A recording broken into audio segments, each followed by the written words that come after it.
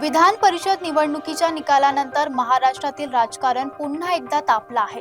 घोडेबाजार झाल्याचा आरोप करत काँग्रेस नेते विजय वडेट्टीवार यांनी सत्ताधाऱ्यांवर जोरदार टीका केली. त्यांना प्रत्युत्तर देताना मंत्री संजय शिरसाट यांनी 2019च्या राजकीय घडामोडींचा उल्लेख केला. विधान परिषद निवडणुकीच्या पार्श्वभूमीवर राज्यात राजकीय आरोप प्रत्यारोपांना वेग आलाय. काँग्रेसचे ज्येष्ठ नेते विजय वडेट्टीवार यांनी निवडणुकीत घोडेबाजार झाल्याचा आरोप करत सत्ताधाऱ्यांवर निशाणा साधलाय. राजकारणातील नैतिकतेवर प्रश्नचिन्ह उपस्थित करत राजकारणात 70% बेईमान आणि 30% इनामदार लोक आहेत अशी टीका वडेट्टीवार यांनी केली आहे. त्यांच्या या वक्तव्यानंतर राजकीय वर्तुळात चर्चांना उधाण आलंय. दरम्यान सामाजिक न्याय मंत्री संजय शिरसाट यांनीही वडेट्टीवारांच्या आरोपांना जोरदार प्रत्युत्तर दिलंय. 2019च्या विधानसभा निवडणुकीनंतर घडलेल्या राजकीय घडामोडींचा उल्लेख करत त्यावेळी तुम्ही काय केलं होतं असा सवाल शिरसाट यांनी उपस्थित केलाय.